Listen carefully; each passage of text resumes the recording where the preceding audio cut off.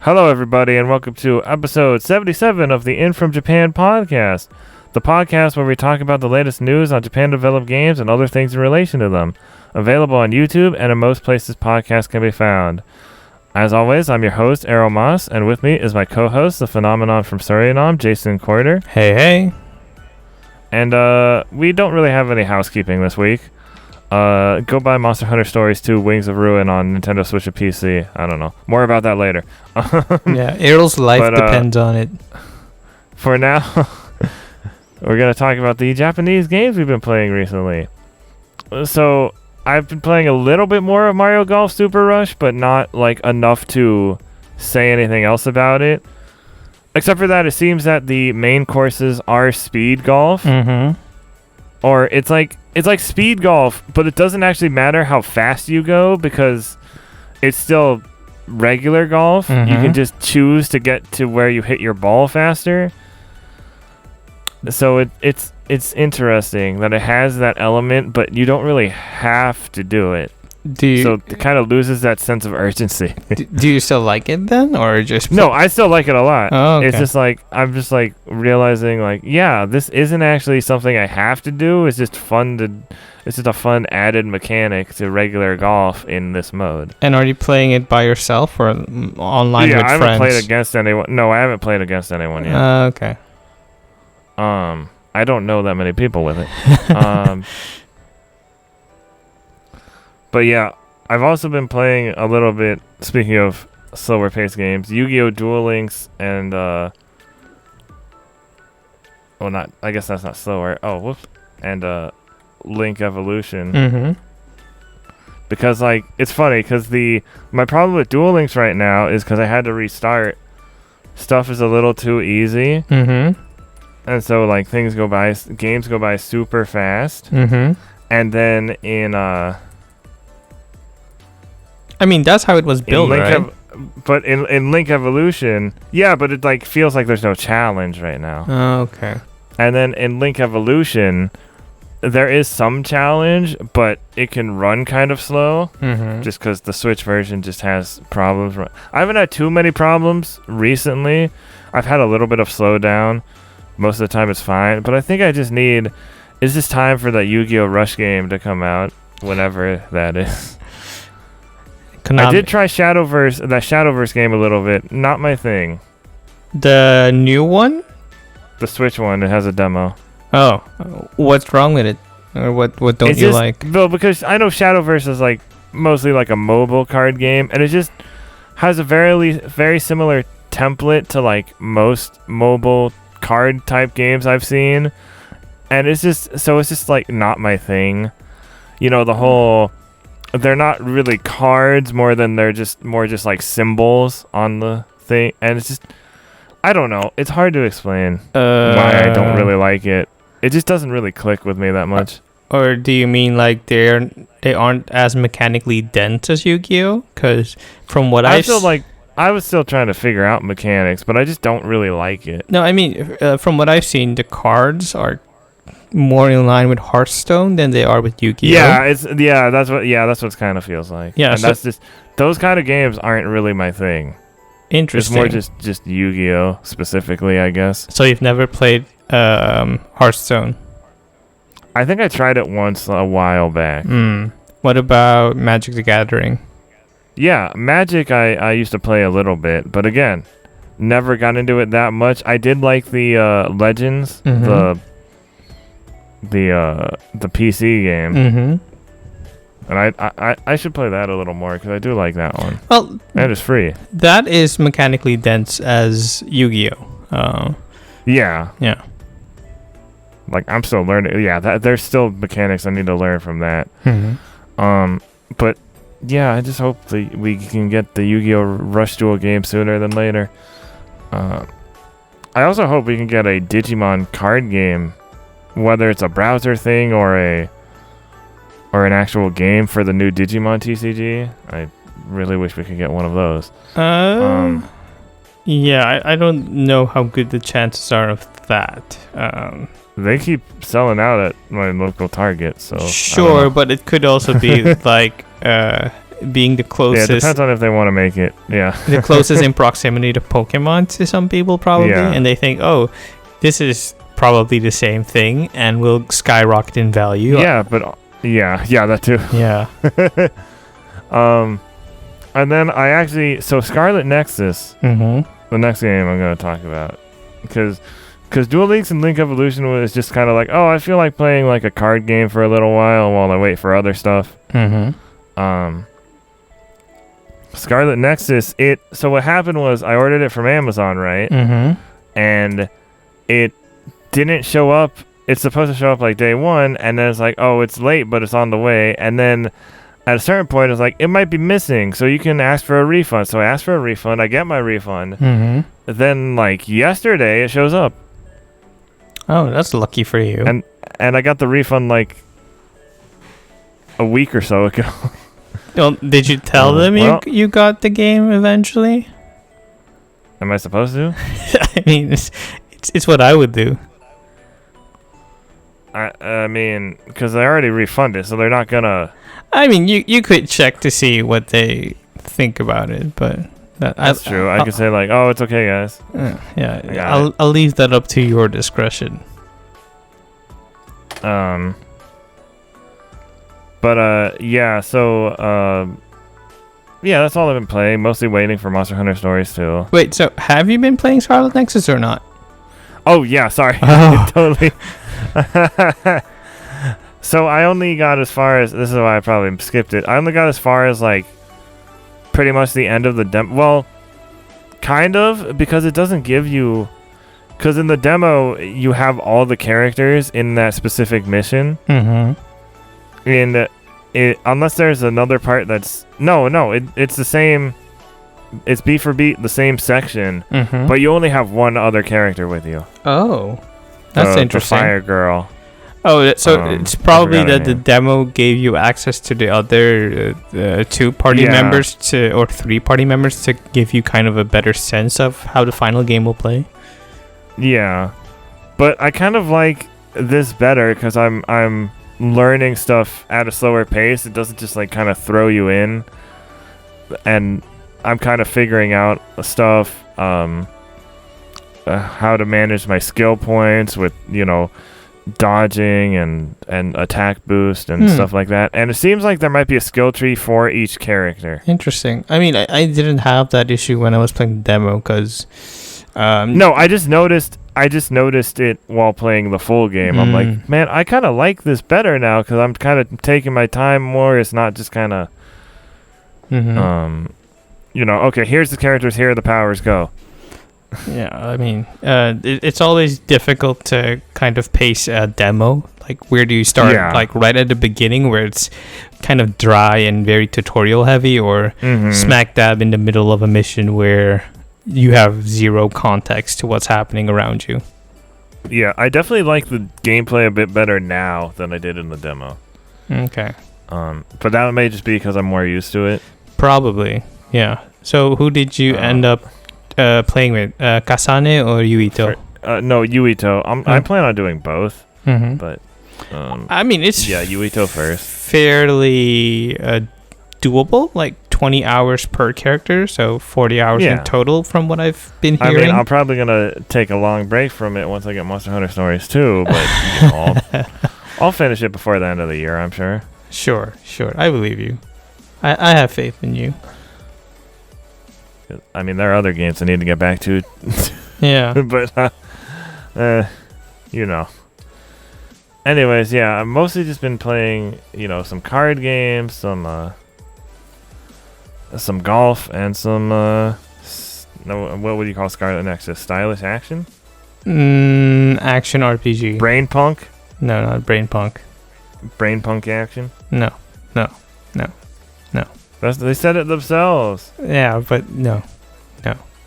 Yes. No. Yes. No. Yes. No. Anyway, what have you been playing? Demon Souls on PS5. I don't really have anything to report on that. It's a difficult game. I have that too. I haven't started it yet though. I don't know why I thought it would be any easier than Dark Souls or Sekiro. or Bloodborne for that matter. Because like you think, oh, it's the first one in the series. They didn't really know what they were doing, probably figuring stuff out. And no, I'm regularly getting my butt kicked. Yeah. I do think the game is unfairly balanced it favors magic builds more. Which is a criticism that they addressed in the later games, because there are a lot of enemies that are kind of at a range that are perfect for magic spells.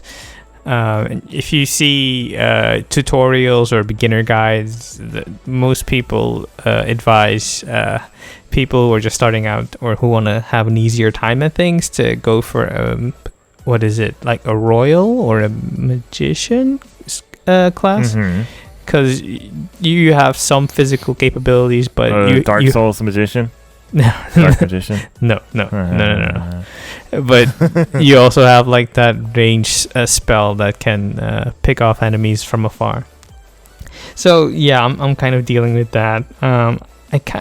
There's this thing with Soulsborne games where I've kind of plateau and I kind of stop enjoying it, because neither the route on the left nor the route on the right is really satisfying, and I keep hitting a wall and I'm like, okay, this is frustrating. Like, I know it's all about get good, but at a certain point, being almost level 60 should do something, but it doesn't do something. It's just, the base enemies can still kick your butt, so better keep on your toes, which I guess is fair. But some enemies are very cheap in that they hide around the corner or in the shadows, so it's like you can't even progress normally. It's always like,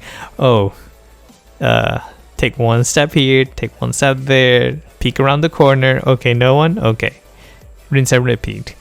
So it can get kind of tedious when you just want to progress through things. But yeah, it's still pretty. It's still challenging. I might take a break from it soon, but we'll see how I feel about it after this weekend.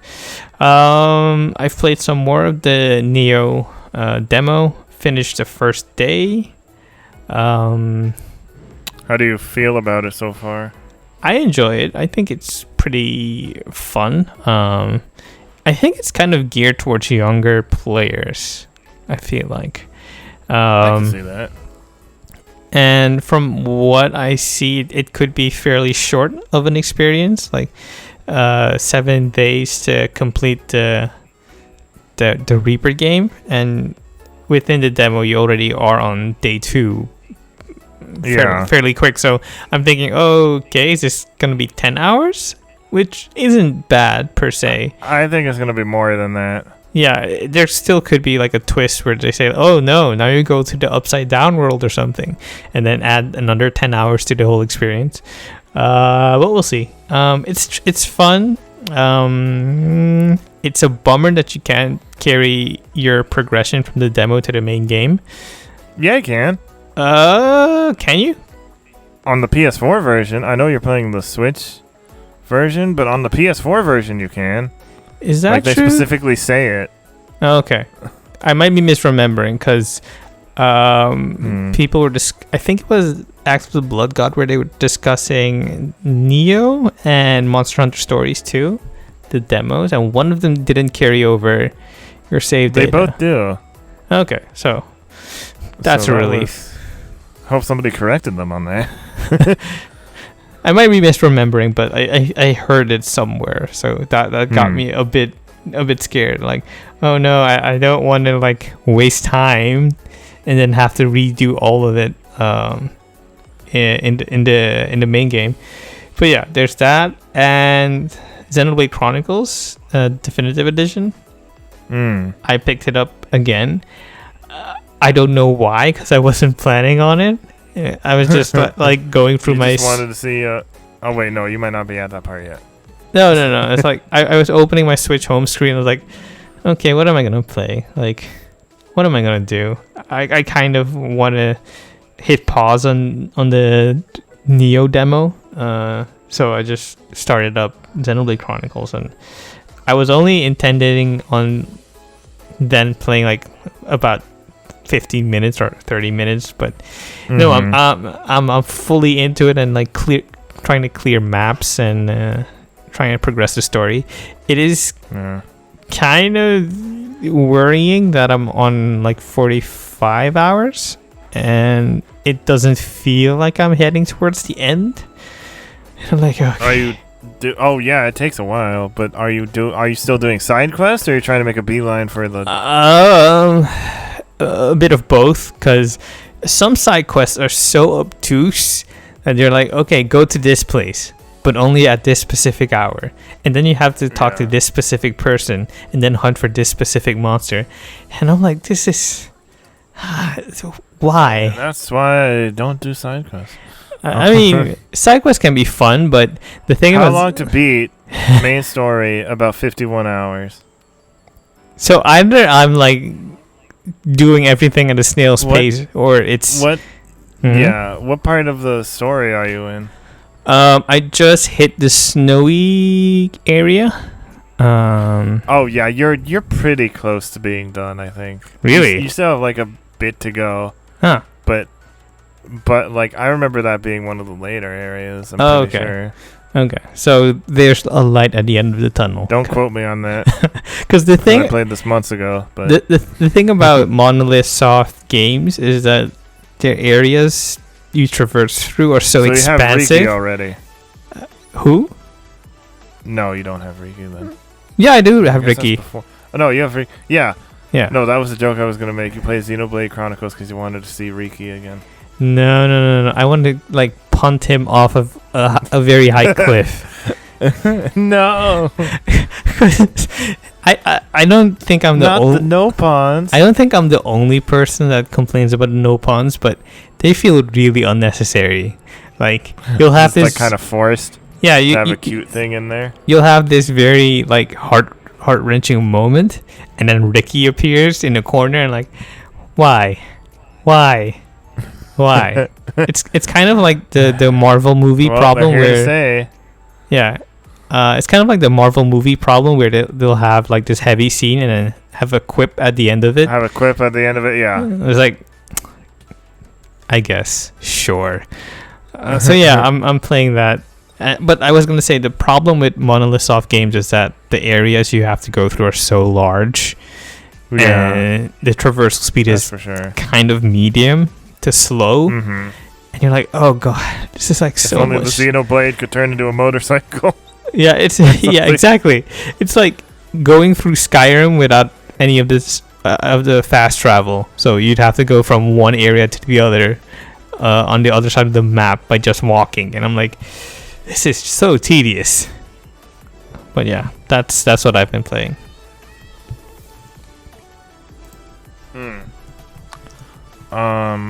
All right, so next up is the In From Japan J list, where we talk about recent video game related entertainment news. First, we have Toei's Kamen Rider accelerates toward international markets. This is by Mark Schilling for Variety.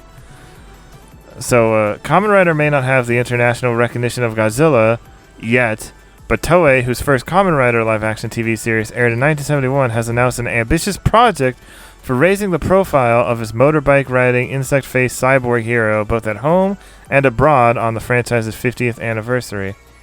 Unveiled in April at a splashy live press conference in Tokyo, the project is headlined by a new film, Shin Kamen Rider, directed by Hideaki Anno, creator of the Evangelion sci-fi franchise and the scriptwriter and co-director of 2016 Smash Shin Godzilla. Details are unknown. Besides the Toei has penciled in a March 2023 release date. And then it's just kind of mostly an update on Shin. It is kind of the stuff we've been talking about for a while. Where they're just trying to make Kamen Rider more accessible internationally. Yeah. through like new projects and through streaming old projects, as well as the upcoming Blu-ray release of Kamen Rider Zero One. I mean, we've seen it all throughout, like last year and this year, where they keep releasing stuff for the Western territories, be it streaming options or Blu-rays. So I do think there's a concerted effort to make it well known in the West.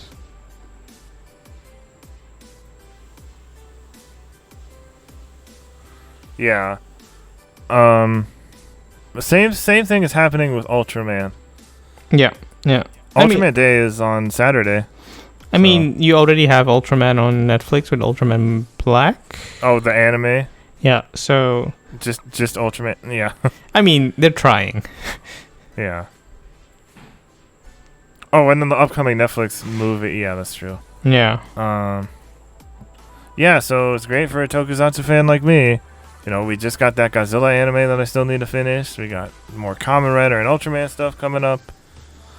Sentai and Power Rangers is in a kind of weird spot right now. I think I'm on episode 4 or 5 of the Godzilla anime. And yeah, I'm a little behind. I'm on like 3 or 4. I think it's kind of interesting how reserved they are in showing Godzilla. Like, it's kind of structured. It's structured like a... I feel like it's that way because they're structuring it like a Godzilla movie. Yeah, so Godzilla doesn't show up until maybe the last couple episodes. Yeah, it reminds me and then the rest is like kind of science babble and like trying to figure out why these weird things are happening. It kind of reminds me of the first Godzilla movie from Universal Studios. You mean from from TriStar? Like the 1998 one? No. The Gareth Edwards one. Oh, MonsterVerse. That's Universal. I mean, that's Warner Brothers, not Universal. Is it not Universal? No, it's MonsterVerse is Warner Brothers. Oh, okay. Interesting.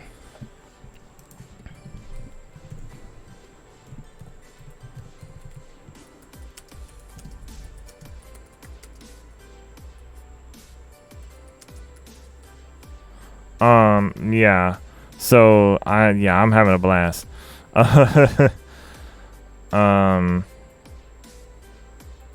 Also, there's going to be JoJo Part 5 news in August for the anime.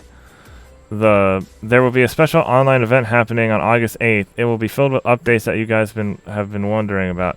It will be free to watch on Warner Brothers Japan Anime channel, and there will be English sub options too. So hopefully we finally get a release date for the Stone Ocean anime, JoJo Part 5. Also, speaking of anime, also Star Wars Visions anime short reveals studios September 22nd Disney Plus launch. Have you seen this trailer? I saw where the teaser. Talking about it? Yeah. I am so interested in seeing the Studio Trigger one. It should be noted that none of these shorts are canon.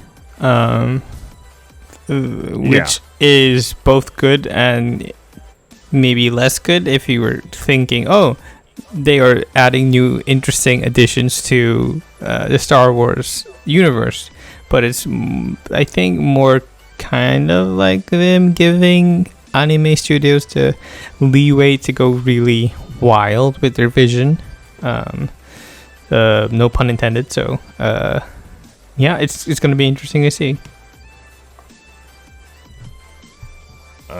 And then next up, Persona 5 Mementos Mission English manga. I should say. So did we go over which ones? So before I get to the Persona 5 stuff, sorry. Star Wars Visions, they have the Duel by Kamikaze Doga, directed by Takanobu Mizuno. Character designer Takashi Okazaki, who did character design for Afro Samurai and Batman Ninja. Lop and Ocho by Geno Studio, Twin Engine, about beauty and all its imperfections. Directed by Yugi Igarashi. Keep Your Hands Off Aizukin episode director, Jujutsu Kaisen animation director. So keep an eye on that one. Tatooine Rhapsody by Studio Colorido, who have done a lot of the recent Pokemon shorts. About a rock band and an unexpected friendship within, with appearances by Boba Fett and Jabba the Hutt. Oh my god, is it the Cantina Band origin story? Animeified? Maybe. Directed by Taku Kimura. We have The Twins by Trigger, about twins of the dark side and how far a brother will go to save a sister. Director Hiroyuki Imaishi, who was also on Gurren Lagann and Promare. Character designer Shigeto Koyama. Lead animator Sushio. We also have The Elder by Trigger, an homage to the relationship between a master and a Padawan, directed by Masahiko Otsuka, Gurren Lagann assistant director, Promare unit director. The Viller's Bride by Kinema Citrus, featuring the traditional Japanese culture of mountains, directed by Hitoshi Haga, Made in Abyss assistant director, Sin in the Rain. Music by Kevin Pankin, who also did music for Eden. There's Akakiri by Cian Saru, about a Jedi and a princess, but not the ones we know. Directed by Eun Young Choi. This was the co-founder of Cian Saru and Kickheart assistant director. T0B1, also by Cian Saru. It's about a cute droid inspired by the works of Osamu Tezuka, particularly Astro Boy. That'll be interesting. Directed by Abel Gongora, who was on Garo the Animation and Super Shiro. And The Ninth Jedi by Production IG, about a Jedi who needs to come back, reunite, and restore the galaxy. Directed by Kenji Kamiyama, who was on Ghost in the Shell standalone complex. So yeah, well, I probably didn't have to go through everything like that, but a lot of good stuff. Just wanted to highlight the studios there. I mean, you could see them all in the teaser, where they give a brief overview of what they're aiming for with their. They show some images too.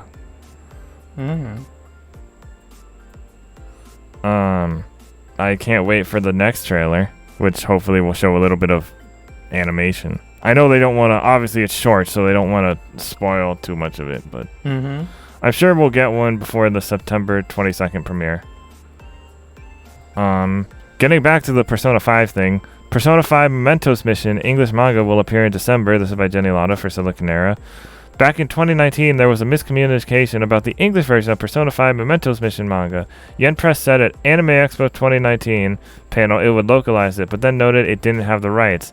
Now we know it is heading westward and who's handling it. Udon Entertainment picked it up and will release it outside Japan on December 7th, 2021. It will cost $13.99. There are also going to be options when it comes to picking up a copy of this Persona 5 manga. People could go with the standard version, which will be available at all stores. The cover on that features Joker with the cat version of Morgana on his shoulder. There will also be one variant only available at Barnes & Noble. That alternate cover will have Joker and Futaba on the front, with Morgana perched on Futaba's head. While it's an exclusive style, it will also cost the same price. It's an original storyline by Rokuro Saito. The author also worked on the God Eater manga in Japan. This new manga takes place after the events of the game as the Phantom Thieves deal with a new case. So yeah, more Persona 5 for you if you want it.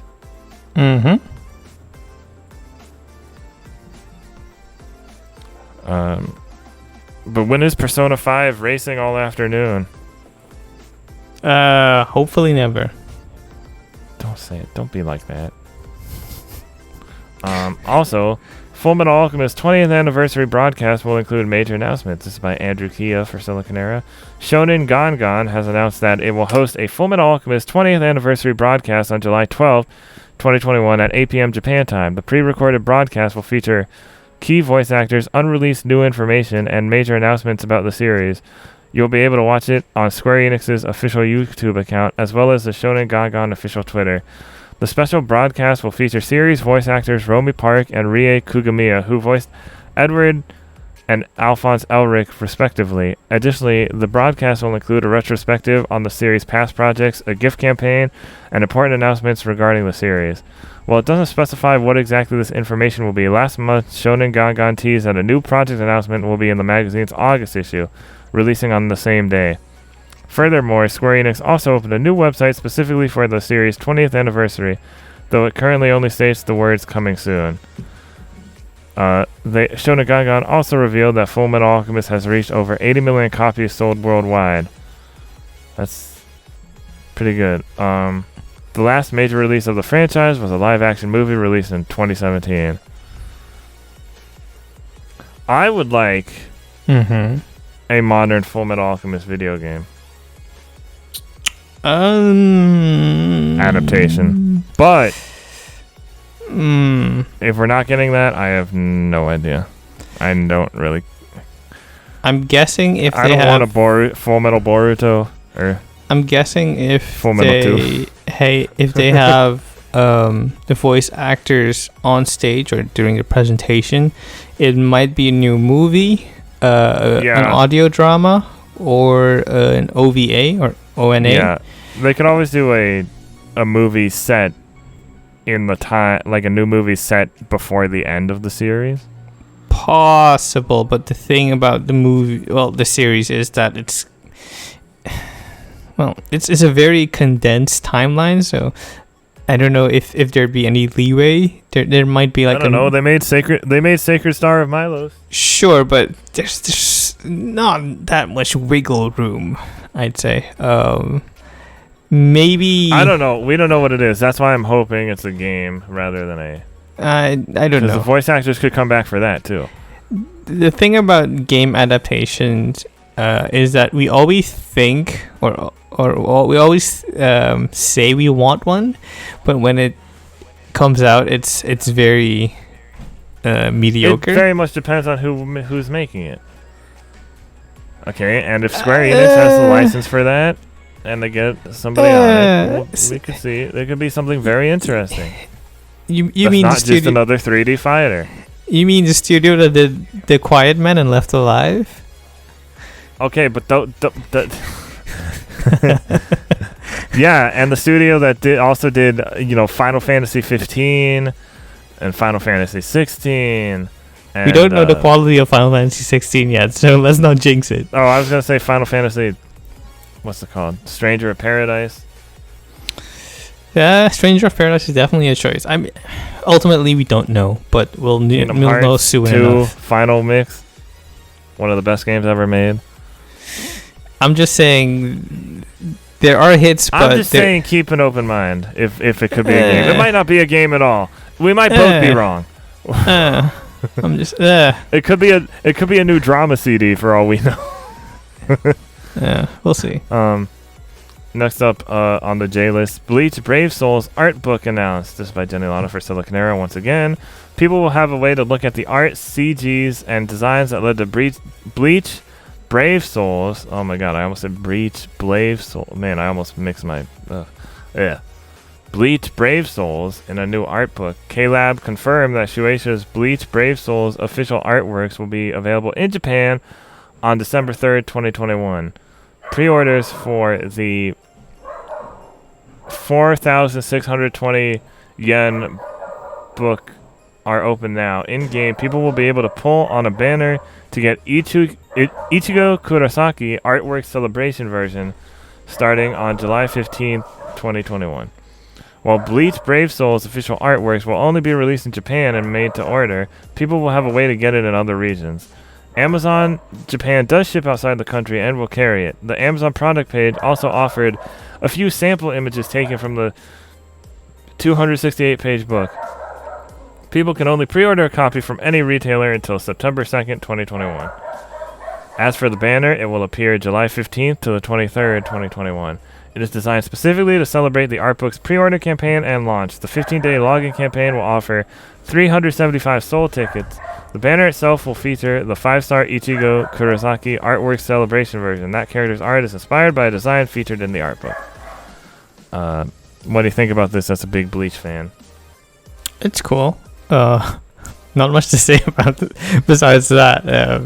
An art book is always cool. I don't think I'm gonna. I think it's interesting that it's an art book of a mobile game based on an anime. That's what. It's not that unusual because the Brave Souls game has a lot of diverging character designs from and like newer artwork.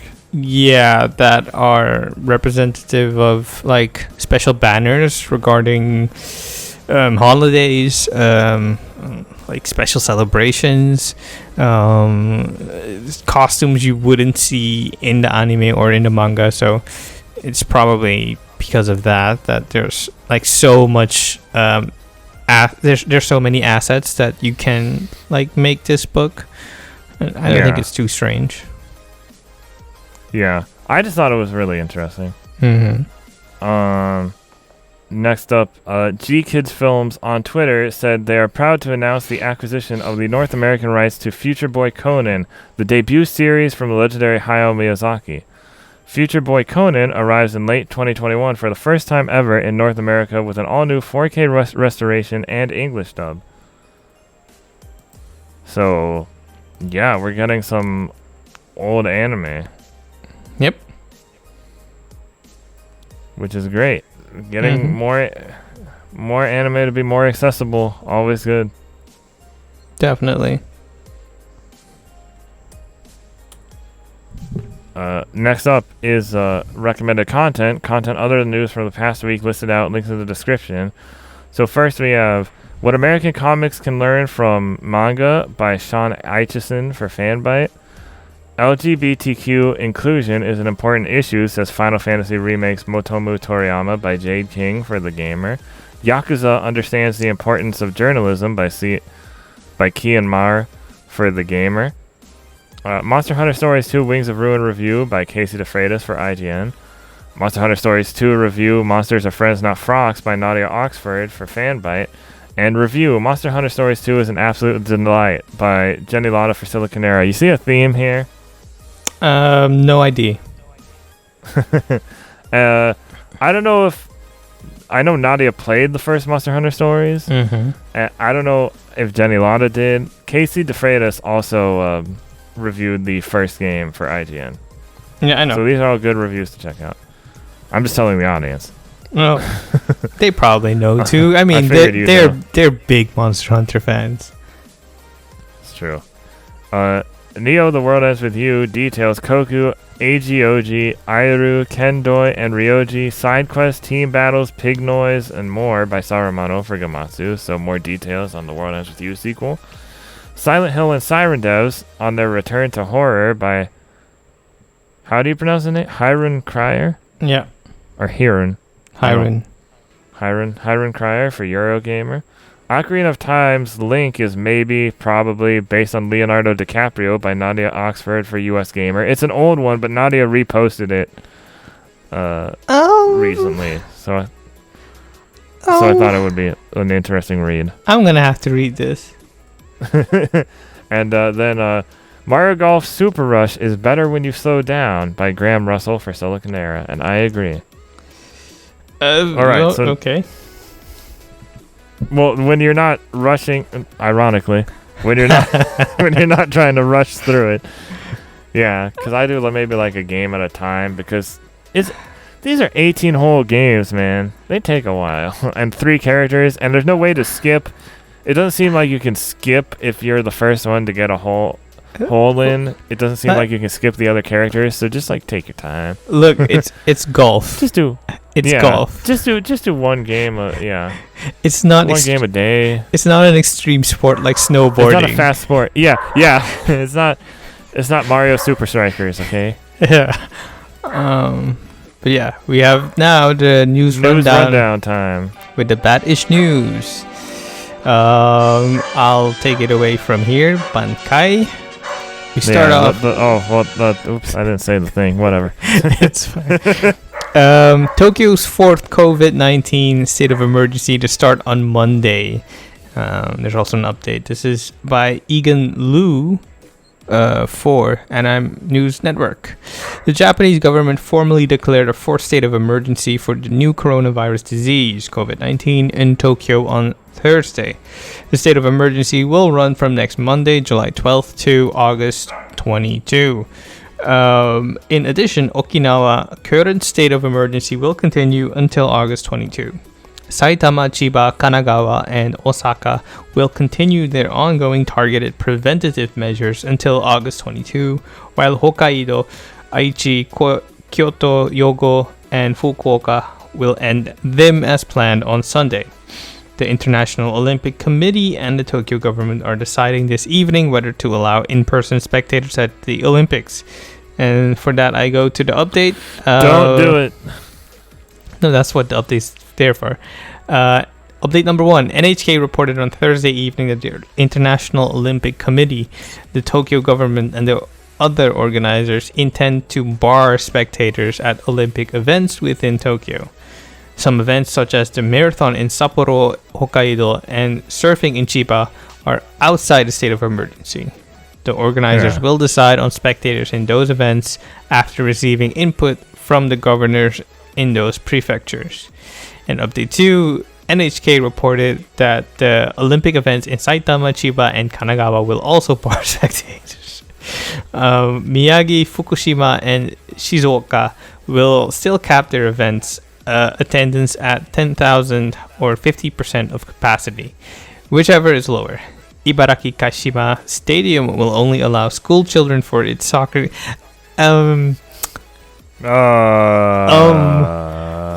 Maybe not? I mean, listen, I don't know about that one, Chief. You have an aging population.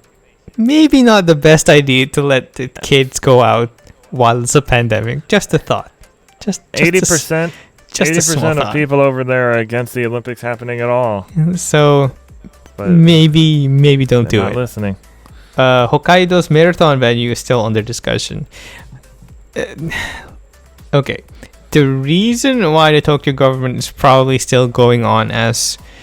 Because it's a money sink. Yes, it's a money sink. A lot of investment went into this. A lot of jobs need to be paid.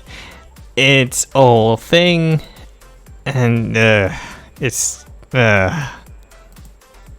There have been a bunch of according to some of my friends in Japan, there have been some vaccination issues too, depending on where you live. Mm-hmm. It's not great. Yeah. Moving on. Hopefully things will get better. Yeah, soon. Fingers crossed. Next up is... But also, just as a reminder, if a Japanese game gets a delay and stuff, I want people to remember that there is still...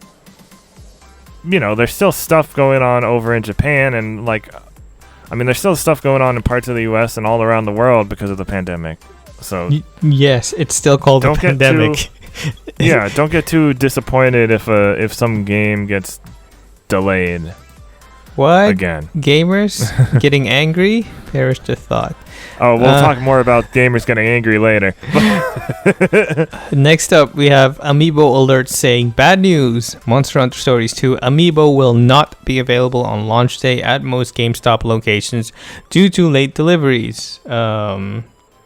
GameStop is expediting the inventory they have received to get some Amiibo to some stores by launch, but they could be up to a week late. Your mileage may vary. This information was provided to me, and that would be Amiibo alerts, by multiple GameStop sources. However, I am not able to provide a photo. Reminder, Monster Hunter Stories 2 Amiibo are GameStop exclusive in the US and will not be available for pre-order. Not sure yet whether or not they will ever be available online. So they should be, because I kept checking and they just never went up. I haven't seen a mainstream news outlet cover this, so grain of salt. Take it with a grain of salt. But I've been checking GameStop every day to see if they go up online, and they have not. Interestingly enough, the collector's edition, which is sold out now, went up. I don't know if my collector's edition will be later because of this, or if it's just the Amiibo by themselves. That's the. I think the Amiibos by themselves.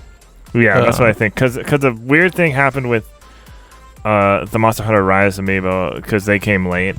But the collector's edition came. So that's unfortunate. I don't know if it's a Capcom thing or a GameStop thing or what. What's going on with that? Still a pandemic, so supply chains could still be constrained. Yeah. It's something to do with third-party Amiibo and stuff is kind of weird with that. Meanwhile, with first-party Amiibo, they just reissued the Dark Samus one because it probably works with Metroid Dread. Mm-hmm. All right, so moving on to another news, and we got a handful of Monster Hunter Stories 2 news stories here. So, Monster Hunter Stories 2 Wings of Ruin launch trailer, post-launch updates, roadmap announced. Free updates planned through October. This is by Saruman for Gamatsu. Capcom debuted the launch trailer and post-launch updates roadmap for Monster Hunter Stories 2 Wings of Ruin during the game's pre-launch special program. The roadmap is as follows. July 9th game release, July 15th free title update with number 1, new Monsty Palamute.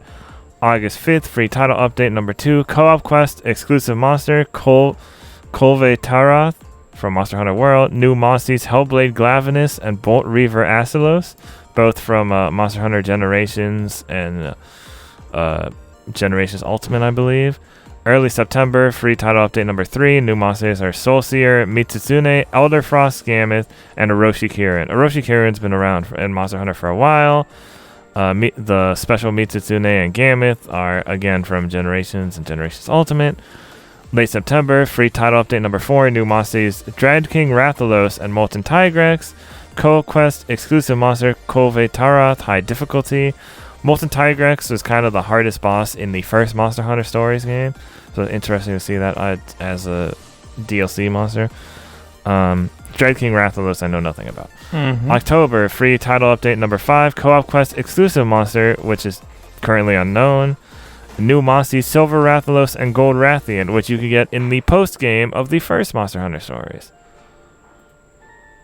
In the Tower Challenge. So yeah, we have a map of some more Monsties we can get. So that's good. There's also a quiz you can take. Monster Hunter Stories 2 Tsukino will determine your ideal Monstie. This is by Kite Stenbuck for Silicon Era. Capcom published a personality quiz website related to Monster Hunter Stories 2 Wings of Ruin, in which the game's character Tsukino provides questions that will determine the most recommended monster to become your Monstie. The quiz is also officially available in English. The quiz is easy to follow through, as you only need to choose one of 2 given answers. After answering a few questions, Tsukino will decide the most ideal Monstie from the list of monsters appearing in Monster Hunter Stories 2. All 4 flagship monsters from Monster Hunter Generations have been confirmed. The game's roster will also include Bloodbath Diablos from Monster Hunter Generations Ultimate, Nergigante from Monster Hunter World, and Volcana from Monster Hunter World Iceborne. So I took this quiz, right? Mm-hmm. And the first one I got was Nerscylla. Is that and good I said or that bad? it's a big spider mantis thing. Uh-huh. And I'm like, that can't be right. And like my other friend who's actually, that's one of his favorite monsters, he got that too. And I'm like, he's like, I'm offended. And I'm like, wait, let me try this again. Yeah. And I answered like, I don't know, I changed a few answers because some of the answers I was kind of in between on. Mm-hmm. So I changed a few answers, and then I got Gameth, which is one of my favorite monsters, and probably my ideal Monstie anyway, so that works. Well, there you go. Obviously, it's not going to... It's just a personality quiz. It's not like you should definitely use that monster, but, if it's something you didn't plan on using, maybe you should try it out. Yeah. Especially because it goes in with our next story. So Monster Hunter Stories 2 developers reveal monster behavior is no longer randomized. This is also by Andrew Kia for Silicon Era. In an interview published in Famitsu Weekly's July 22nd issue, Monster Hunter Stories 2 developers detailed key differences between the game and its previous title, including how monster behavior is no longer randomized. Additionally, the developers note that while Monsties will have varying strengths and weaknesses, players will still be able to complete the game using their starter Monsties if they wish. As a turn-based command RPG, getting out of fights unscathed in Monster Hunter Stories 2 requires predicting what attack your opponent will dish out next. As we noted in our review of the game, the combat features a rock-paper-scissors system that dictates who will win out in a head-to-head battle. Director Kenji Oguro stated that in Monster Hunter Stories, the randomized element of monster behavior was not popular among players. Therefore, in Monster Hunter Stories 2, the team decided to scrap the randomized behavior entirely. Instead, each monster will have a behavioral pattern that allows players to more easily predict and counter enemy attacks, something Oguro believes to be the core appeal of the Monster Hunter series as a whole. Furthermore, Oguro revealed that the team designed Monster Hunter Stories 2 to be easily accessible to a wide audience. The team specifically balanced Monstie abilities so that players can compete the game with the starter Monstie, Velocidrome. While each Monstie has its strengths, weaknesses, and genetic abilities, he stated that there isn't much different in terms of overall viability. Yeah. That's good, I think. Yeah, it's great. Because you can use whatever as long as you know what you're doing. I wouldn't recommend, using an Aptonoth for the entire game unless you know how to modify its genes and stuff. Mm-hmm. But otherwise, yeah, cool. Try out different monsters. That's what I say with any monster taming game. Is like when it's balanced well enough, try out different things. You never know what combinations you might enjoy. Next up, Bandai Namco trademarks One Piece Odyssey in Japan, MHUI and MHUR in Europe. No, that's not Monster Hunter because this is Bandai Namco. Maybe it's My Hero. It's definitely by Sarumato for Gamatsu. Shueisha and Bandai Namco Entertainment filed a trademark for One Piece Odyssey on June 17th in Japan, which was made public today. The last major One Piece game from Bandai Namco was One Piece Pirate Warriors 4, which was developed by Omega Force and launched for PS4, Xbox One, Switch, and PC via Steam in March 2020. And before that was One Piece World Seeker, which was developed by Gambarion and launched for PS4, Xbox One, and PC via Steam in March 2019. In Europe, Bandai Namco Entertainment also trademarked MHUI and MHUR on June 25th. These could be for My Hero Academia related games. Wouldn't it be MHA? Oh no, I guess because My Hero wants Justice, huh? It doesn't have the Academia in it. Yeah, it could be like My Hero's Ultimate Injustice. Yeah, that's what My Hero's Ultimate Revenge, something like that. Yeah, something like that. People are speculating also that One Piece Odyssey may be an expanded sequel to World Seeker. It's a good chance. Yeah, I saw that too as well. Which is interesting because I saw in quite a few comments World Seeker was almost there.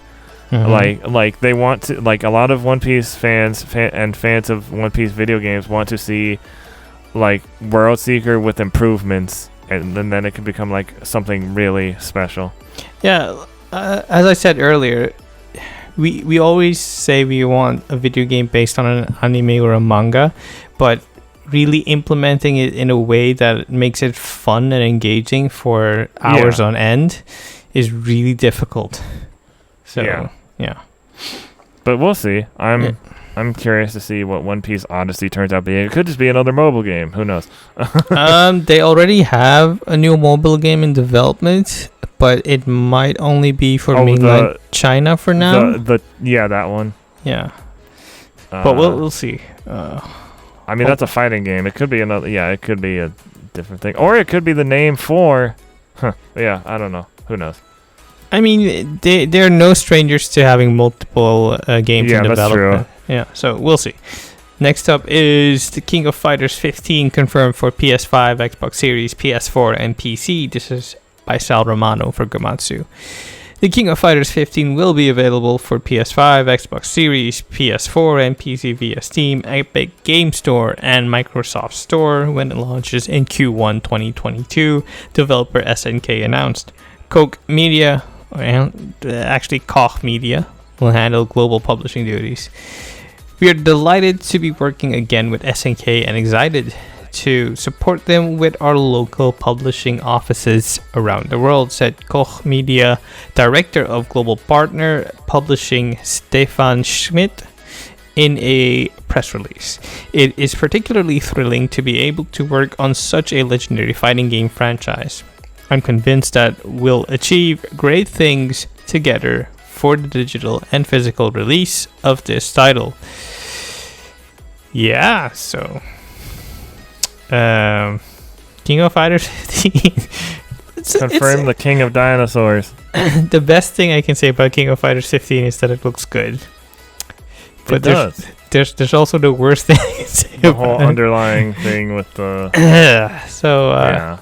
with SNK and such. Your mindless Which is unfortunate for those developers. Because they might not even have any choice in that. Yeah.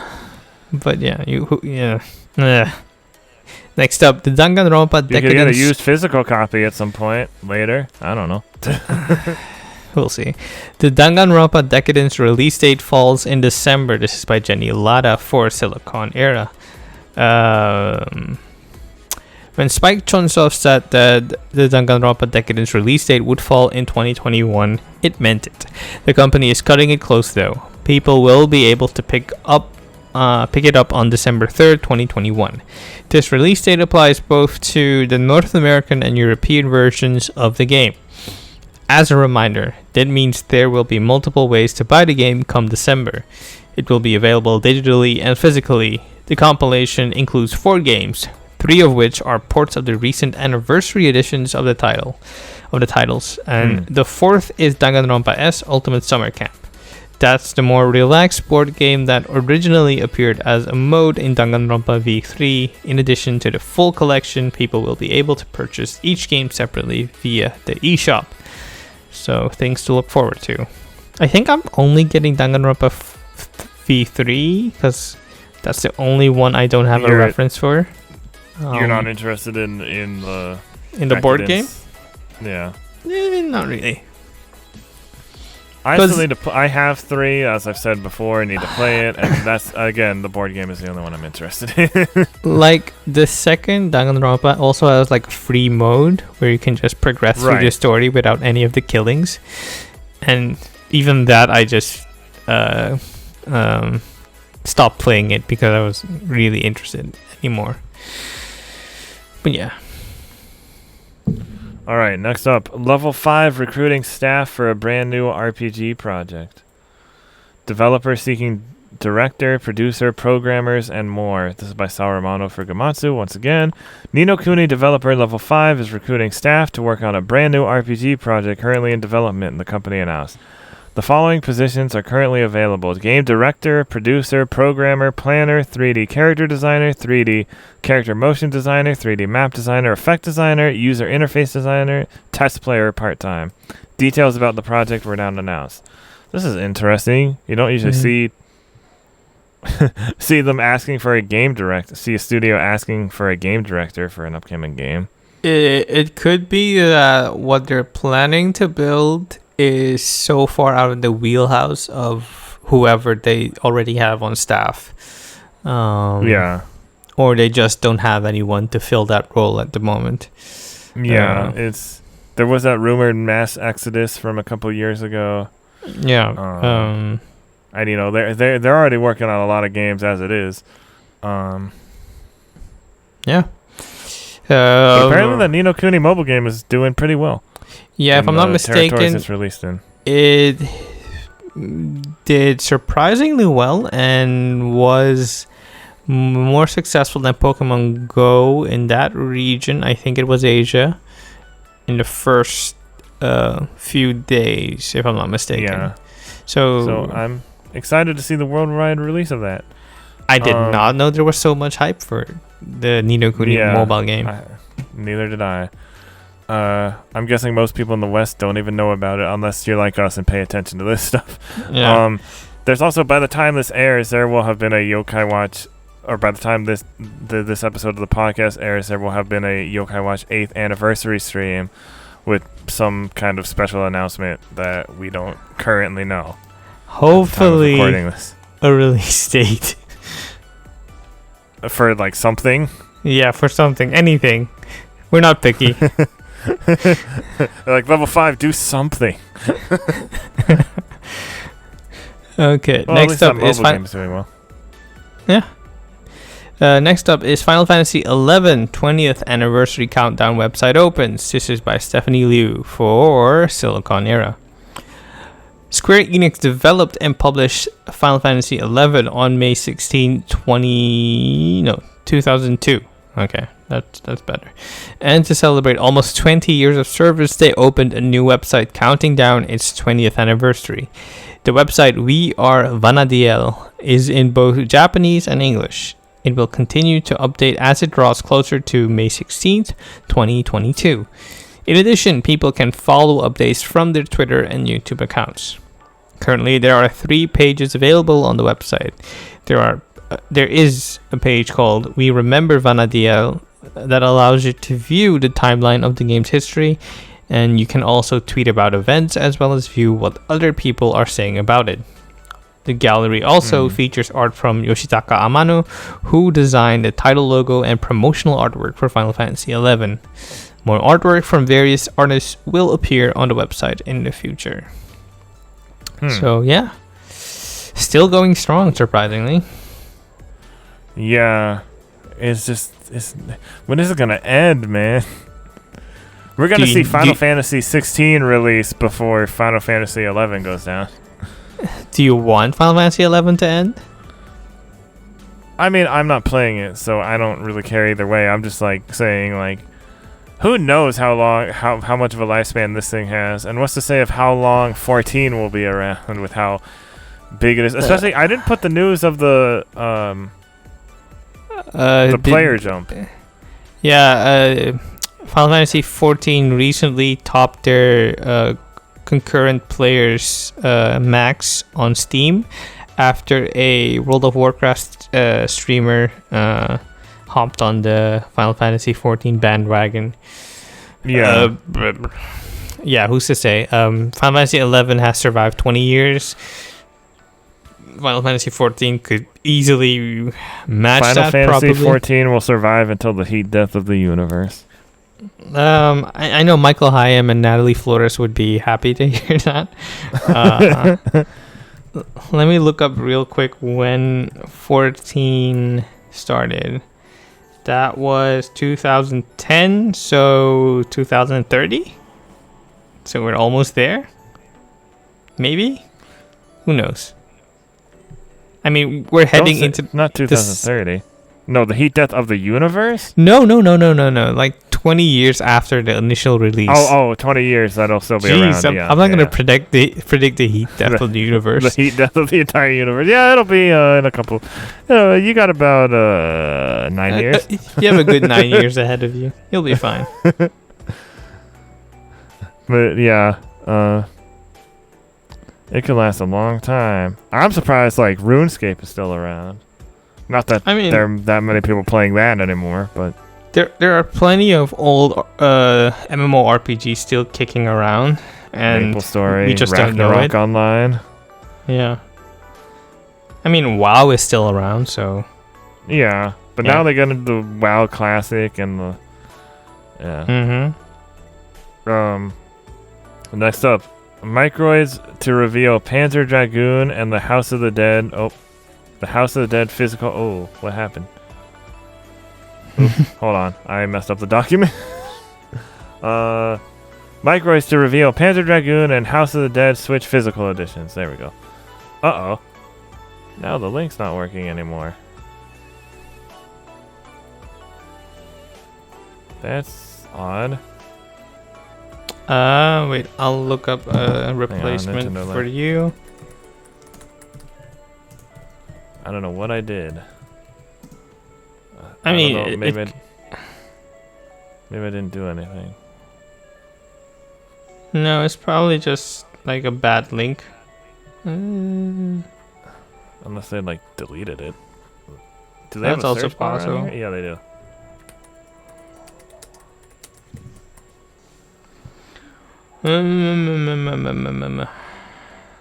There we go. Yeah. I got it. Okay. Teaming up with Forever Entertainment. This is by Thomas Whitehead for Nintendo Life. Forever Entertainment is quite the mover in the retro remaster scene, seemingly being Sega's preferred partner for reviving some classics and also working on unnamed remakes for Square Enix. It's now been confirmed that the company is partnering up with Microids for retail and collector's editions of a couple of fan favorites. Both Panzer Dragoon Remake and the upcoming The House of the Dead Remake will be coming to stores and onto cartridges, which is excellent news for Switch collectors keen on these blasts from the past. Microids CEO Stephanie Longiard is quoted as follows in the press release. Microids is incredibly grateful to work on these mythical IPs, and we're glad Forever Entertainment entrusts our teams to deliver the best possible products. This new partnership consolidates our growth strategy revolving around video game distribution worldwide. Specific details on these editions will apparently come very soon, so we'll keep an eye out for updates. I think it was confirmed that the House of the Dead was going to be on other consoles as well. I think so.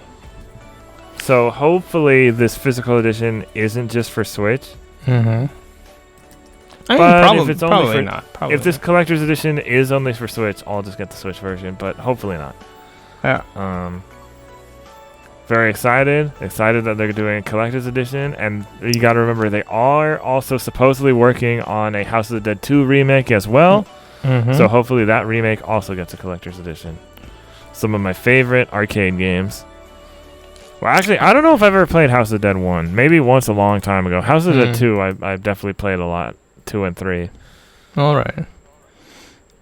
Okay, next up we have Dark Souls 3 FPS boost confirmed for Xbox Series X. This is by Jenny Latta for Silicon Era.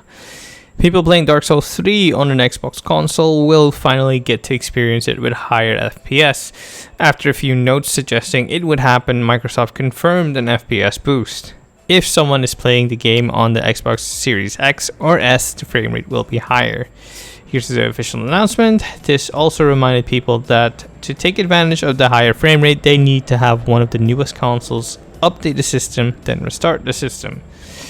Yeah, you can click on article for further details. Eurogamer had a Digital Foundry post on this, and if I'm not mistaken, the max resolution is still 900p. While FPS boost does help the frame rate on the newer consoles, it's still following the same code path from the Xbox One era of consoles, and that was already 900p. If you want 1080p 60 FPS, you're probably better served on a PS5 or a PC.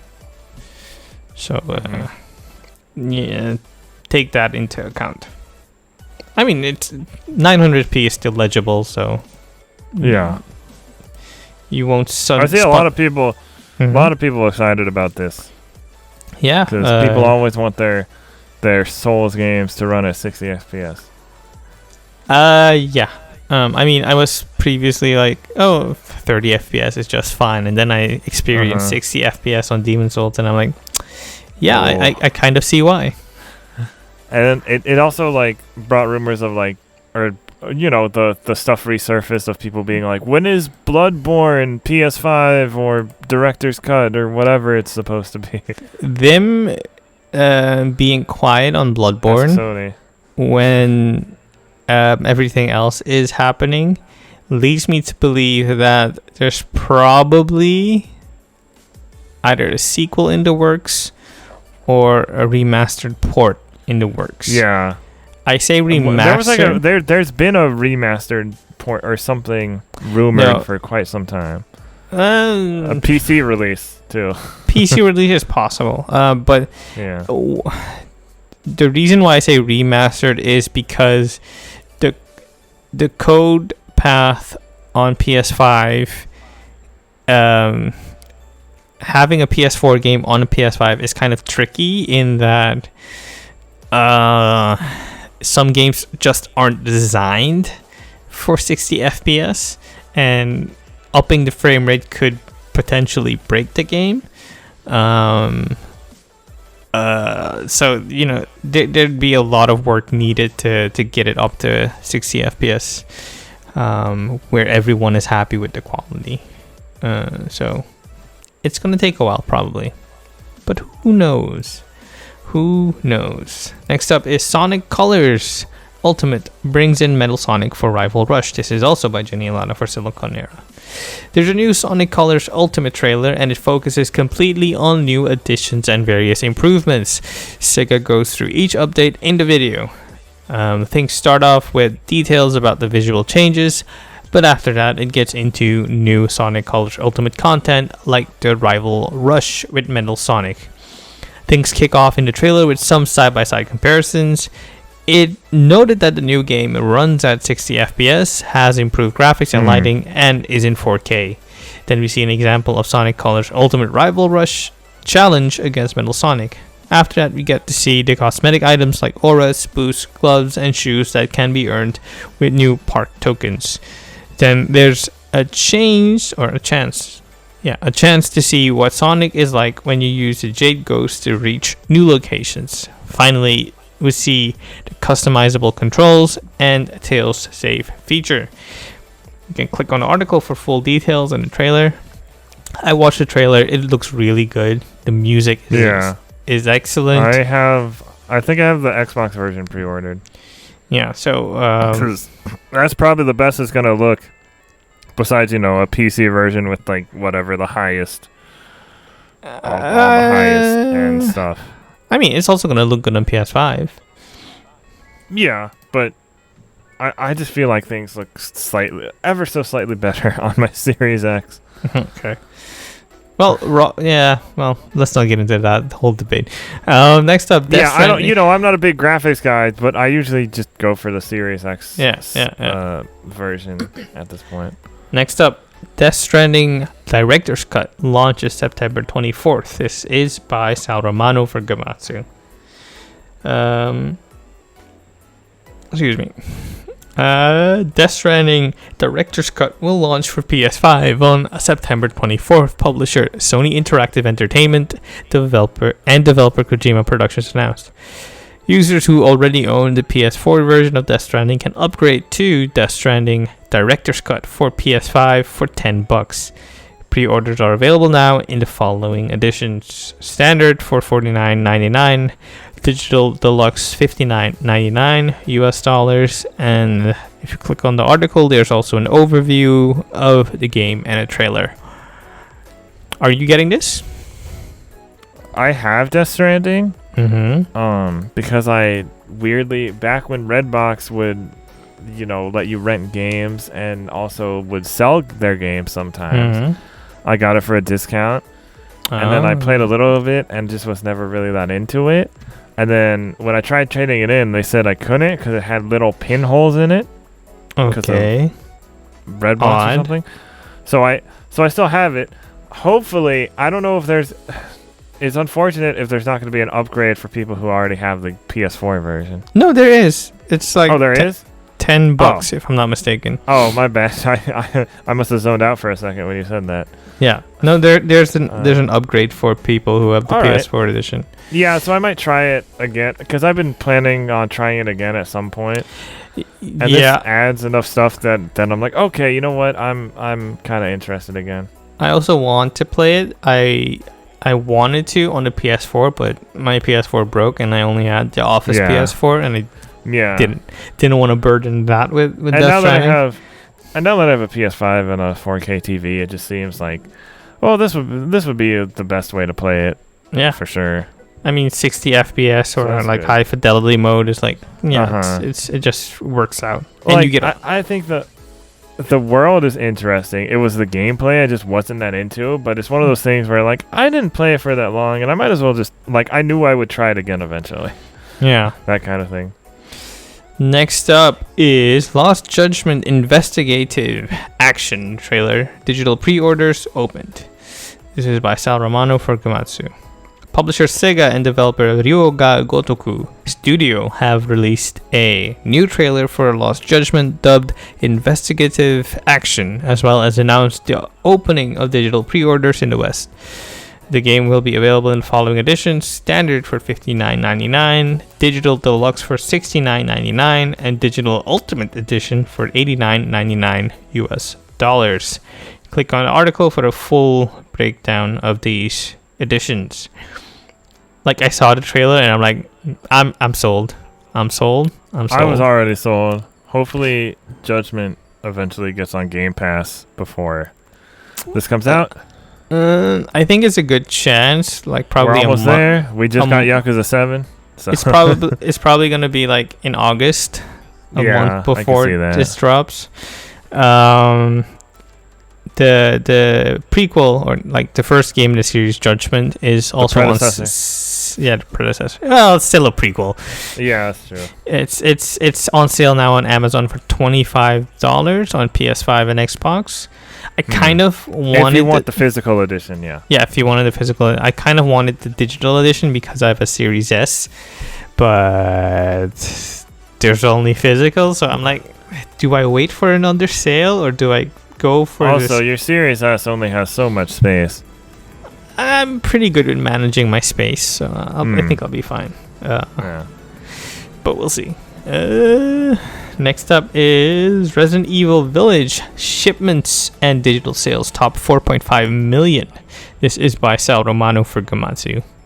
I really am interested in knowing how Sal Romano's day looks like. Like, what time does he get up out of bed? And what time does he go to sleep? Does he eat? Yeah, I think he's in New York. I don't know how I know that. That is interesting. For some reason, there was something. I don't know. We should try to get him on. Yeah, his Twitter says New York City, so we should try. Yeah. Be like, hey, how do you do that? How are you still alive, man? But you got to remember, a lot of his things are just kind of regurgitating press releases and then putting just a little bit of extra info. He translates them from Japanese though, so. Oh, for some of them, yeah, that's true. Yes. It's not just like regurgitating news. For some of them, it depends on the article. Yeah. It's a lot of original reporting, I'd say. The story follows. Total shipments and digital sales for Resident Evil Village have surpassed 4.5 million units worldwide, Capcom announced. Resident Evil Village launched for PS5, Xbox Series, PS4, Xbox One, PC via Steam, and Stadia on May 7th worldwide. Capcom announced that it reached 3 million total shipments and digital sales on May 11th and 4 million on May 26th. You can click on the article for a brief overview from Capcom themselves, and also give the fine people at Gematsu a click. Yeah, it's shaping up to be maybe the best selling, I think. Resident Evil title. Speaking of selling, one of the best-selling games on Steam for global top sellers right now is Monster Hunter Stories 2: Wings of Ruin. I'm not kidding. It's one of the best-selling games? Right now, yes. Where exactly? In what region? Top sellers on Steam.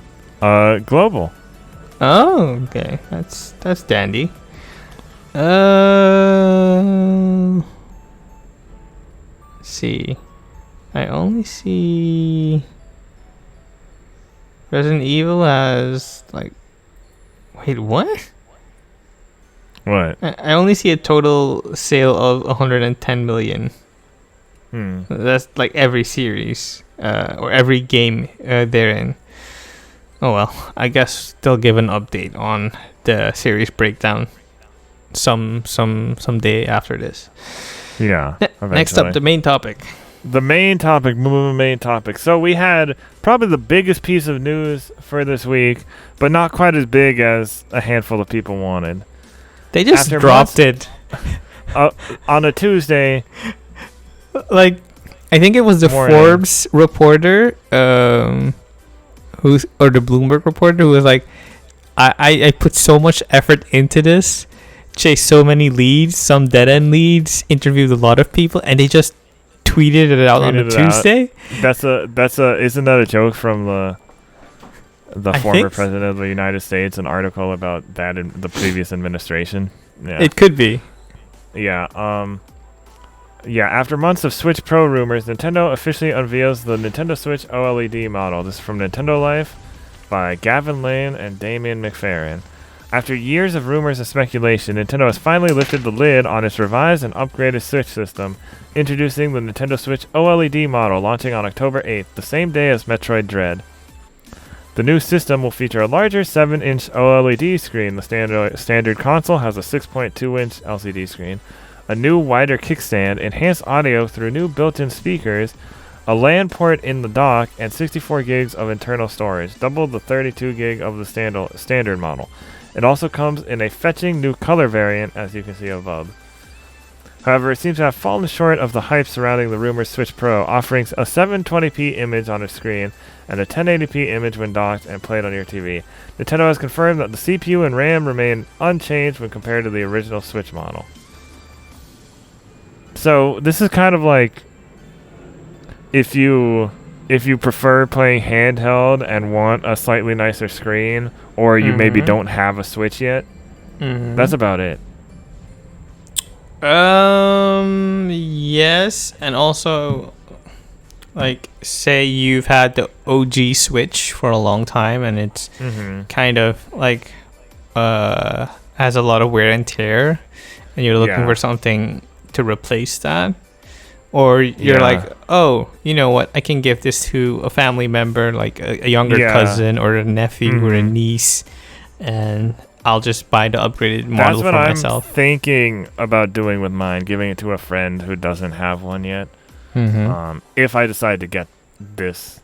But it would be weird if this and then the Switch Pro comes out later, or like the Switch 2 or whatever it is. And just, I mean, so it's like, then you do the song and dance all over again. Like, give the OLED edition away again, and then you have the Pro model. Yeah, but the other thing is, I have the original Switch. Runs fine. I mostly play it in docked mode. Handheld, I play it for a little while. But since it's the older Switch, if I'm playing it handheld, I don't have that good a battery life as some of the newer models. So that's the thing where it's like, oh, because I never got the better battery life model, I'm like, well, I might as well get this one when it comes out if I really feel like it. But then you still have I do like how those new Joy-Cons look. Yeah, I was going to say, you could upgrade for the better battery life and better screen and better sound, better kickstand, better dock. But you still have the looming specter of, oh, I just bought it and they just announced on a random Tuesday the Switch Pro. Yeah. We'll see. It's not until October. So yeah, that is true. Like go ahead. Goes on sale on October 8th for $350. The docks can be purchased separately, which is... Why is it specific? Because the docks... We haven't confirmed that this model works with the old docks, and these new docks work with the old Switch I mean, screen. It So could I'm like, be... what's the point? It could be that people want a more streamlined solution to what we have now. Like, if you want to play online with a dedicated connection, you'd have to get a LAN adapter for the Switch. And yeah, that's true. I have one of those, actually. And, like, put that into your dock. Better wireless. So it might be, like... too much of a hassle, so you're like, okay, I'll just get the new dock. It looks fancier, sleeker, smoother. I'll get that. Just make sure you keep all your parts, because it does not include an HDMI cable, AC adapter, or packaging. Yeah, Nintendo's won't be sold at retail. Nintendo's gonna keep Nintendoing. Yep. Interestingly enough, the new dock has added vents for extra cooling. I never worry about my Switch overheating. No. It could be that with the extra cooling, they can unlock a bit more performance when you dock it. But not like anything too substantial. Yeah, nothing too substantial, but nothing in the sense of you overclocking your Switch, because... that could potentially be a fire hazard with electronics exploding, and you don't want that. What are your first impressions of this model? Are you bummed that it's not a Pro model? Remember, this is the company that did 6 different models of the 3DS or whatever. Yeah.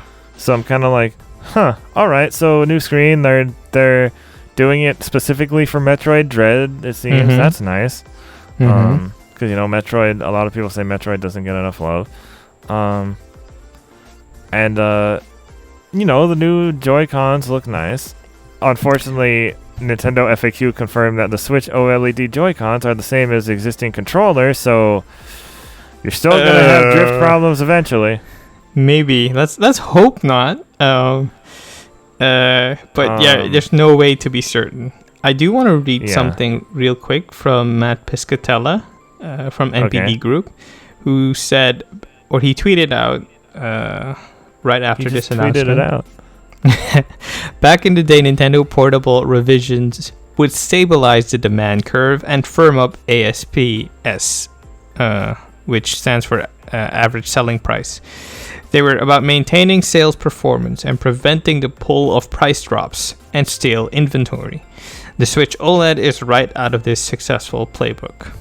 So, in other words, with the OLED model, the original Switch and the upgraded Switch are like a cheaper alternative. If you're like, okay, I don't need a better screen, better battery, better speakers, better kickstand, better dock. I just want like a Switch. My little brother's going to use it, or I'm going to use it, and whatever. And that clears out the stock, and when that's cleared out, you only have the $350 model left and the Switch Lite. So that's a win for Nintendo, because that kind of raises the price for how much a Switch is worth now. Yeah. Like now it's $300. What was it? Was it Kind of Funny? I think it might have been Kind of Funny Games Daily, where somebody said like, maybe this is like helps to ease people into a $400 price point for the Switch Pro because the OLED is $350.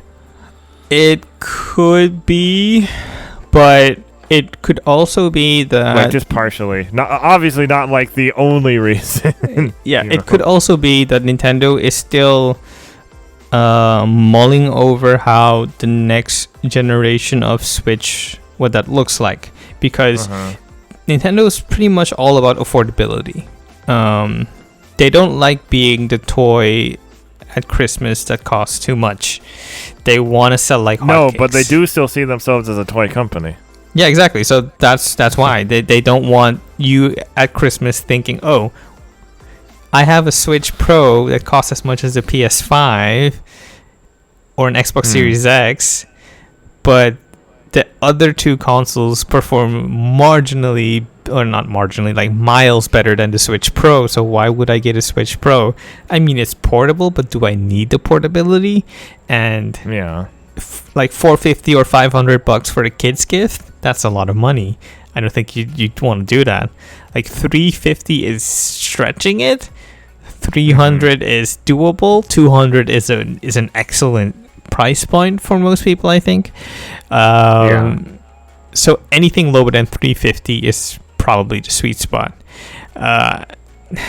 And I think I said it like way back in the beginning of the show that I think it's unlikely that a Switch Pro would have hardware capabilities of 4K output in such a small form factor, because it's too expensive, and you also run into physical limitations, because people have tried cramming like a powerful desktop in a miniature form. You have like these Frankenstein portable PCs these days that can run like Red Dead Redemption, but not even that well, because you run into physical limitations of the form factor. The science just it's not there yet to have like a 4K capable game or a 1080p 60 FPS game with ray tracing and HDR in such a small form factor. It's getting there though. Between cloud gaming and remote play and other stuff, it's gonna get there. Yeah, so that could also be a possibility, and that's maybe why Nintendo also has the included LAN adapter these days in the new Switch model, because they're probably going to be leveraging the cloud more and more as we go forward. Yeah, because they already use it quite a bit in Japan. Yeah, and in Japan it just makes sense. Not that much living space. Probably the whole country is connected to a wireless network of some sort, and you want to be like on the go, have multiplayer at the ready at all times. Just makes sense. It's just the other territories that have kind of like have to catch up to that and also have different habits because more space, bigger rooms, bigger TVs, whatnot. And according to this article by Damon McFerrin for Nintendo Life, another one, where does the Switch OLED announcement leave the rumored Switch Pro? It gathers a bunch of rumors and stuff. It cites a couple people who claim the Switch Pro model is still in the works and is expected in 2022. What do you think? And some such as Jeffy Grubb, Jeff Grubb, are continuing to speculate that it will have 4K output with a significantly more efficient chip with DLSS. So you don't, and people have cited examples of how many models the DS and 3DS had. The one thing that doesn't really work is that this same person also had a bunch of the Game Boys, but you have to remember that. But it was like Game Boy, Game Boy Pocket, Game Boy Color, Game Boy Advance. You have to remember that Game Boy Color and Game Boy Advance are two different platforms, generations. Yeah. As well as DS and 3DS. Yeah. So I think Nintendo is going. Well, you can see it in the new model. It's called the Switch, and in brackets OLED model. I think they're going to go the Apple route in just calling it the Switch, and then in parentheses the 2022 model, the 2.0. Yeah, the 2.0, what have you. Where does this leave the Switch Pro model? Eventually, we're getting a Switch Pro. It might not be called that, but yeah. There are two scenarios. It could be a Switch Pro model, or it could be like a full generational leap, and it could be the Switch 2, quote unquote. Yeah. It's probably... Remember, Nintendo's not the one to care much about graphics. Not anymore. And usually when they do, it doesn't end well for them. Yeah, exactly. Because you're competing with PS5 and Xbox Series X. And at a certain point, if you're going to be competing in the same race, you're going to end up losing and someone else is going to end up winning. So that's where the blue ocean strategy kicks in and you go for uncharted territories. Just try something new, and they have been successful with the Wii and now with the Switch.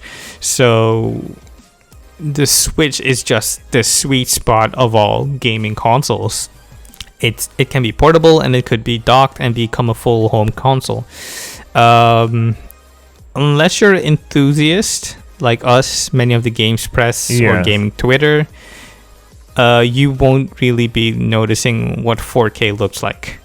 I don't think the average consumer knows what 4K looks like.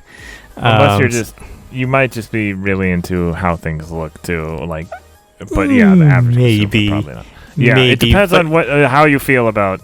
Yeah, it's not like visual stuff. Like John Smith something is complaining that Mario Kart 8 on his HD TV looks like garbage.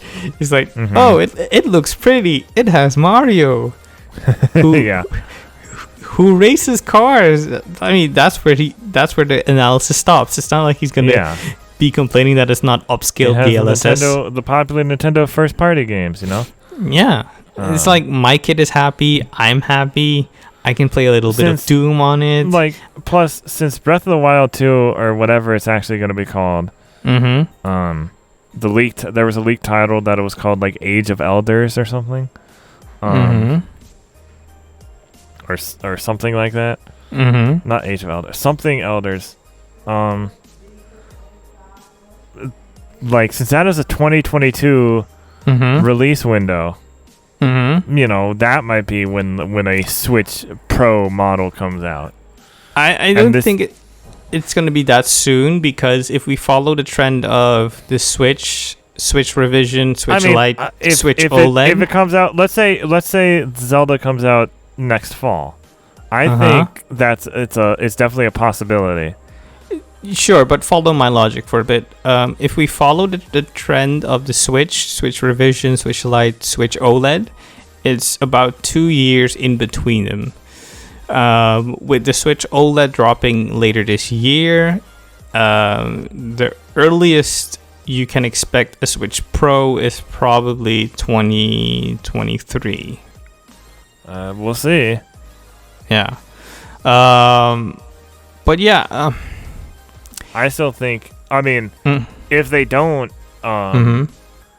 if they don't have a Switch Pro model by the time Zelda releases, I'm sure they'll do a special edition Switch OLED for it. Possible. The other thing I also keep hearing from people who know the games industry way better than I do. Than we do, yeah. it could be that the reason they don't have 4K upscaling when docked, because portable 4K is not needed. 1080p is barely needed. I don't think you'll notice 720p is any different from 1080p in a handheld form factor. Trust me, you won't notice it. So when we're talking about 4K upscaling, we mean when docked. Okay, having that settled, cool. The probable reason why you're not getting any 4K capabilities now is because it closes in on the territory that graphics card makers are working in. It closes in on territory of the PS5 and Xbox Series X. Like, we still have a chip shortage. And if you're going to be playing in the same arena and vying for the same resources as every other console or manufacturer, you're going to come up short and at the end have no product to sell. So it could be that Nintendo looked at everything they have, all the components they have, and like, okay, 4K we can't do at this moment. OLED we can't do at this moment. So we're doing the OLED thing. One other tidbit, the kickstand for the Switch, like the full body kickstand, it looks eerily similar to the Surface device kickstand we have now on Surface devices. And maybe I'm just speculating here. Nintendo and Microsoft are like playing friendly with their R&D development, and it could be that Nintendo's like, okay, give us your know-how on kickstands, and we'll give you something in return. So it could be that this means a Game Pass announcement is imminent or something like that. But that's just speculating because it hasn't been confirmed that the kickstand is Microsoft origin. So I'm just speculating here. Yes. Yeah. Okay, so we actually have some listener questions this week regarding the Switch OLED. So our buddy Jacob McCourt asks, do you think that Nintendo eventually discontinues the mid-tier Switch model with the release of the Switch OLED? I think it's possible. Only time will tell. Like I mentioned with Matt Piscatella's tweet, I think that's the goal. They want to clear the stock of the classic Switch and then have the OLED Switch be the dominant SKU and have that raise the base price of a Switch ever so slightly.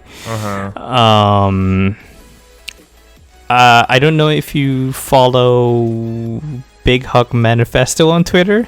No. That sounds fake, but okay. They're a notable leaker, and according to them, what's still coming down the pipeline is that there will be a 4K capable dock, and there will be a Pro model, and there will be like a revised Lite Switch. But that's all in the further down the pipeline. How likely that? Take all that with a grain of salt. Exactly. Big grain of salt. Big grain of salt. Because I don't think that's gonna happen. I'm not doubting them. It's just what I'm seeing with the Switch OLED and what I've seen Nintendo do previously. I don't think it's gonna swing so wildly with like 4 or 5 different models of one thing at the same time. Just doesn't seem likely to me. But I think it's definitely possible for them to discontinue the older model in favor of the new one. And then our next question is, what's up, guys? Anton from Atlanta here. I was wondering how you all feel about the color options available on the Switch as far as hardware, including the OLED Switch and Switch Lite. And while we're talking about the Switch, what color Joy-Cons do you use, and what's a feature you wish the Switch had? So, one thing, I kind of wish that the Switch screen itself had different colors, rather than just the Joy-Cons. That'd be kind of neat. The Joy-Cons I have, so I got on Amazon, like one day it just showed up on Amazon in like 2017 when I was trying to save up for it. I wanted the gray one. I got the red and blue one. Eventually my blue one started drifting. So I got another red Joy-Con. Like I got the set that was the opposite sides. And so for a while I just had a Switch with neon red Joy-Cons, which was what I kind of wanted anyway. But then the original red Joy-Con started drifting. So now my Switch is the opposite. It's red and blue again, but it's the opposite of how it came. So the red and blue are on the opposite sides. Yeah. Okay, I get you. But how do you feel about the color options available so far? Are you liking them? I wish there were a couple more. or would you like to have like a design lab feature as a design Xbox? lab would be awesome. I know there are like custom Joy-Cons and you can make your own, and I don't want to mess with that. But there are some people do some really great work. I saw some Pokemon Crystal, some like light blue ones based on Pokemon Crystal, and they look really nice. Yeah, I'd really like to see a translucent shell design, like reminiscent of Game Boys. Yeah, like the old Game Boys and N64s. That would be really cool. Yeah, I know there are custom ones of that. People with nostalgia for those days will definitely buy them. Let's see. And what feature? Oh, there was the Pikachu and Eevee one, which it was kind of weird to have yellow and brown. I mean, they're not the greatest color scheme, but yeah, it's doable. What about the last question? What feature did you wish the Switch had? A better virtual console with Game Boy and Game Boy Advance games. Okay, that's kind of pie in the sky, but when you look at the hardware, what do you want?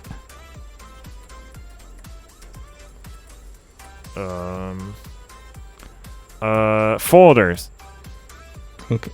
It's still software. Organize stuff a little better. It's still software. Hardware. Oh, hardware. Yes. Better Joy-Con. Okay, that's not too bad. What am I gonna? Like, okay. He said what's a feature. He didn't just say software or hardware. I mean, I narrowed it down to have like a more interesting discussion. The Pokemon Sword and Shield one was a Switch Lite specifically. I forgot about that.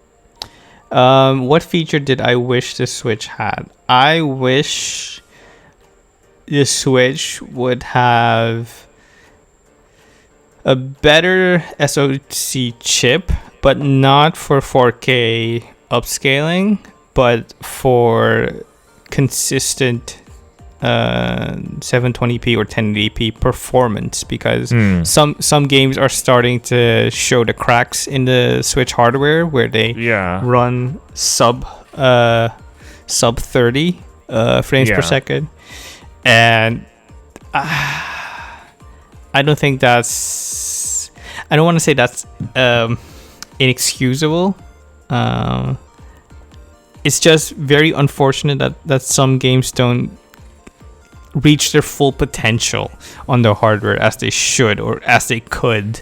Also, speaking of hardware, I also wish that more special edition Switches weren't just Japan exclusive. I would have loved to have those Dragon Quest Switch Joy-Cons, or like if there was when Yokai Watch 4 originally came out, if there had been a Yokai Watch Edition Switch, or I think it's or because a Monster Hunter Stories 2 Switch. They're looking at what the market is like in the West. Like Yokai Watch isn't a real big thing not even anymore. in Japan. It's not And Dragon Quest is kind of like growing in popularity in the West, but maybe Square Enix is not confident enough in it. Or at least at the time they released that. And with Monster Hunter Stories, it's probably the same. They already did a Monster Hunter one, so. No, but with Stories too, I mean. It's probably because of that. Like, the first one didn't sell all that great. Let's not pull our resources too much that makes into sense. this. But plus, they already made a Monster Hunter Edition Switch, which I found kind of disappointing design-wise. Yeah. Like, come on. You're doing a special exclusive. Do some new colors. Don't just put a little symbol on the already gray Joy-Cons and the dock. Yeah. Oh, who knows? But yeah, I think that's it for this week. We actually had some listener questions. Not that much big news besides the Nintendo Switch thing, which was, like I said, not as big news as people wanted it to be.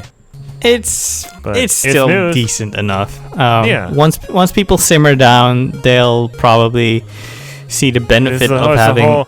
It's whole. You complain now, but you're still gonna buy it. I mean, that's like the truth of Nintendo products. We complain, but yet we buy. So they know they have us. So yeah. Yeah, come back to me when Skyward Sword comes out.